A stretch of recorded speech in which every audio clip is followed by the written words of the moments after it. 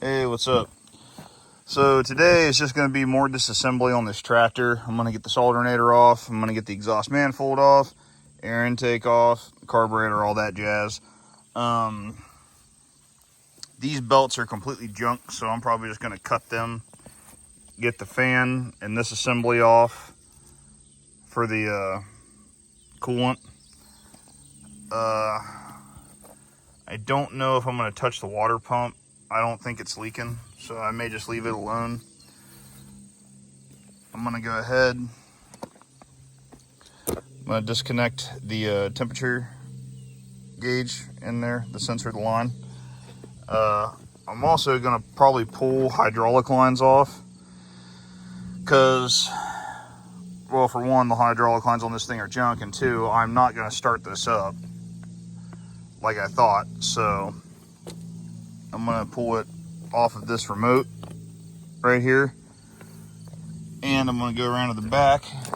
These hydraulic lines are running under the toolbox from this cylinder to the check valve in the front. I'm probably going to go ahead and pull the hydraulic lines off this back cylinder. The cylinder is still connected to this rocker arm. So once I do that, I'll be able just to pull all of this out. So yeah, but first I'm going to take the air intake and the exhaust manifold off. There's just two of them on a bracket back here.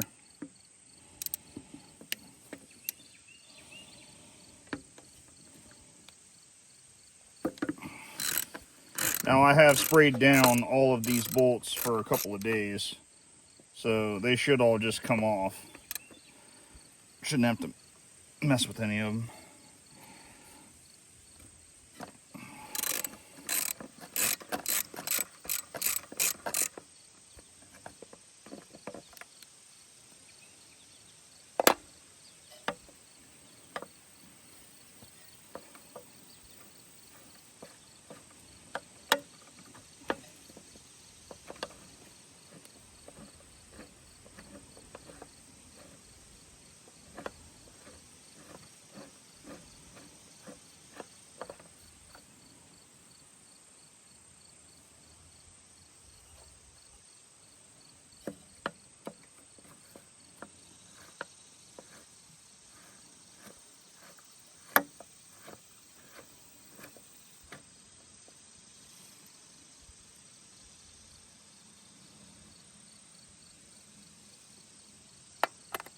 This may not come off because I may have to take this line off.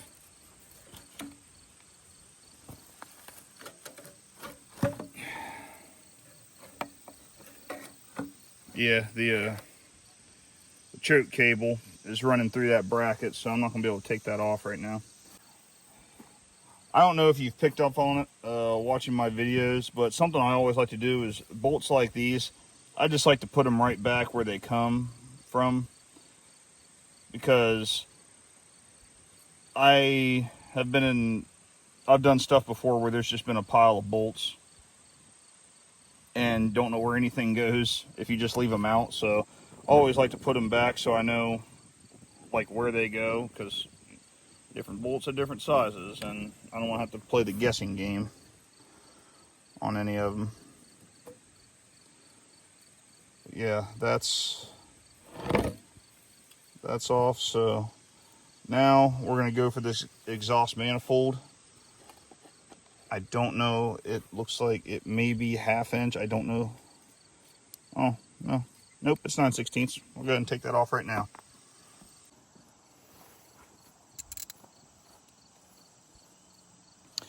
The impact driver would probably be a little bit faster on these, but I don't want to risk breaking any of these studs.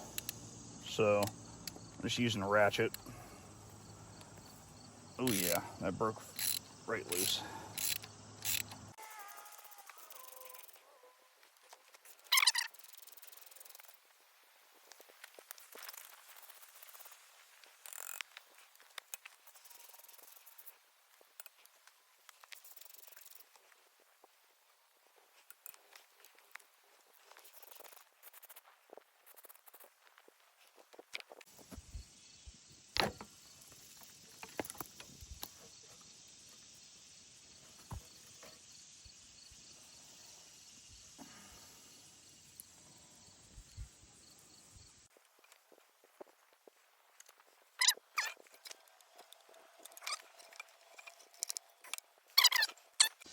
Yeah, I just didn't feel like disconnecting the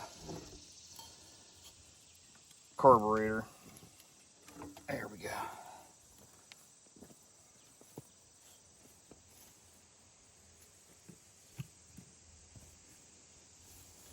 Alright, that's off.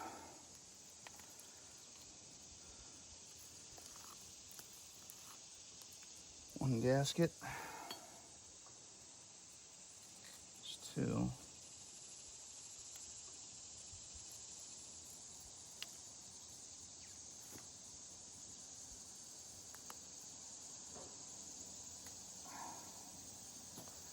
Alright, well, the gasket came off and everything, so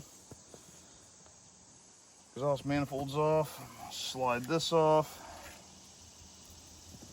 Cool.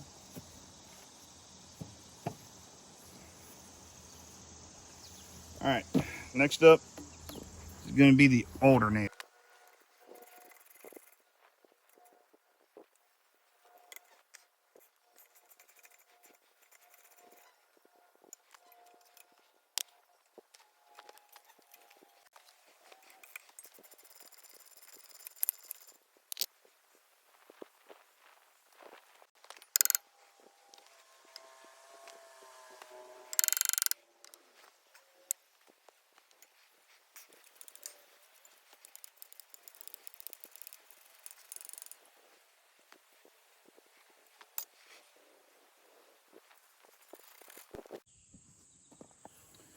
Alright, hopefully you guys can see and I don't block you. These two lines are two different sizes. The top one is 3/4 and the bottom one is 11/16.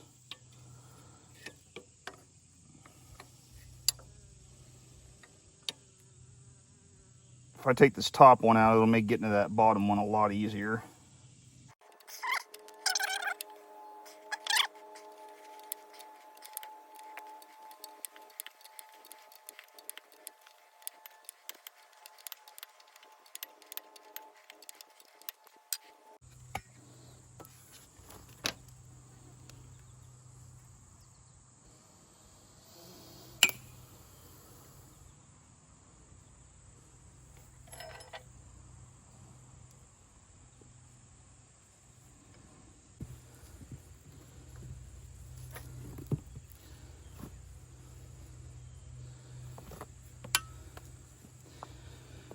Well, that was a little more difficult than I anticipated. I ended up having to disconnect the line from this control valve down here for the loader. And had to disconnect this line just to get back to that one. So, that epidemic's over. I'm going to reconnect this line back up. Okay, it's a little bit later. I went ahead and I pressure washed this engine block and everything around it a good bit. Got most of the crap off of it. What we're going to do now is something that if you're not 100% comfortable doing, you shouldn't do it. And that is we are going to unload the ballast out of these rear tires. Normally this wouldn't be a big issue, but the ballast that are in these tires is calcium chloride, which is a very, very corrosive liquid, and you do not want to get it on you, so you got to be careful. What I did was, in order to hook up this transfer pump, I got my handy dandy Harbor Freight transfer pump, and I got the same hose that you've seen if you've been watching my videos that I used to load the tires on the Ford 8N. It's got the valve stem mechanism on it where it just goes right on the valve stem, and this transfer pump will suck out all the liquid, and I have it running into an old hose down into that big barrel that I got. So but a little trick I did here to avoid getting the calcium chloride on me or minimize it, I went ahead and I put the valve stem at the very top at 12 o'clock on this, and when I connect this hose on this transfer pump, then I will roll the tire back to where it's at 6 o'clock on the bottom, and therefore I can get the most liquid out of it. But when you do this, like I have rubber nitrate gloves that I'm gonna throw on. I have a mask that I'm definitely gonna wear. You do not, if you get this on your skin, you want to get it washed off immediately. So I'm gonna try and be as careful as I can with this, and hopefully show you guys how to do it.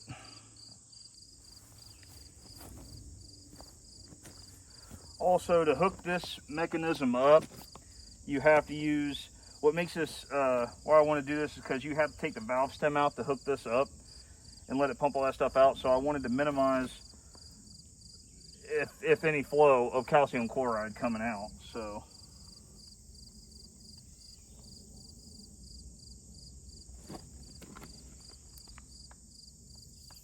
all right, there we go.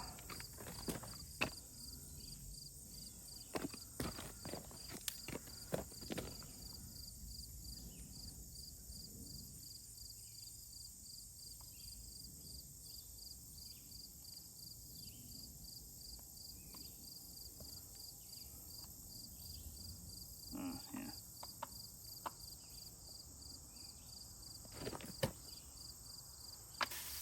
There we go.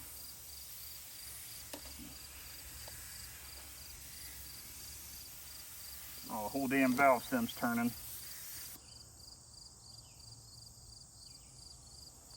All right, hang on, I gotta get a pair of pliers to hold that.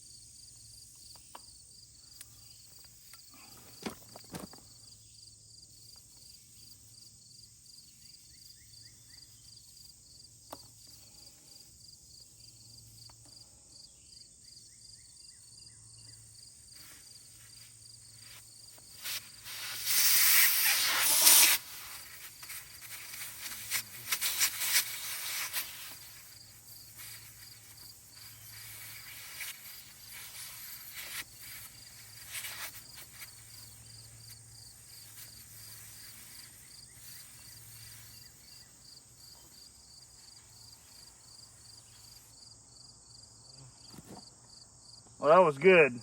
No fluid came out. That's exactly what I wanted. That's why I spun this thing to 12 o'clock like I did.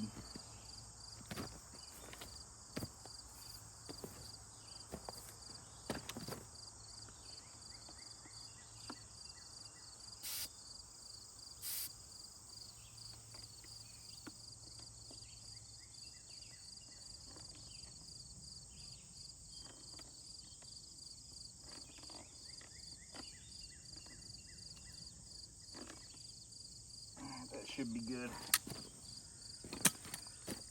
Now, I'm gonna go ahead and roll this back. And I got a block of wood, or I had one, to put where.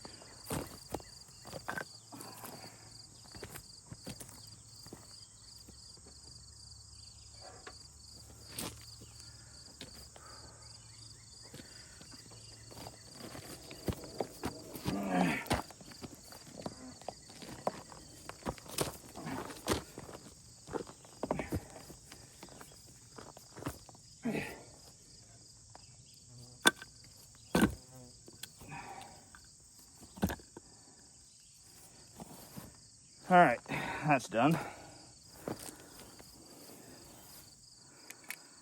Now all that's left is to hook up the pump. All right, got the line hooked up.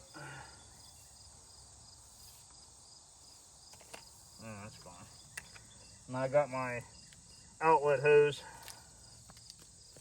in the barrel, so as soon as I plug this in, this thing should fire up.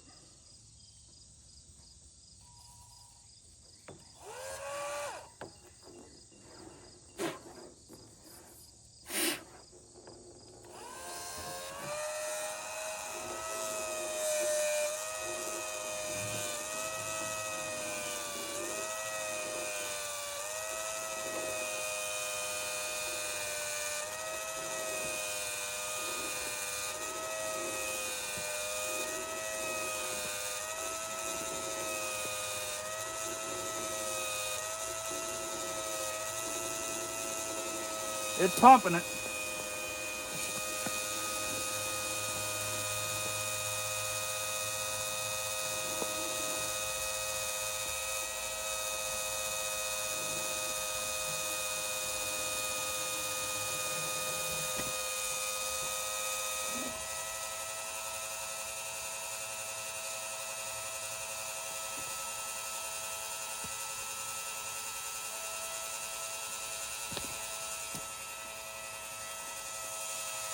This is probably going to take a while.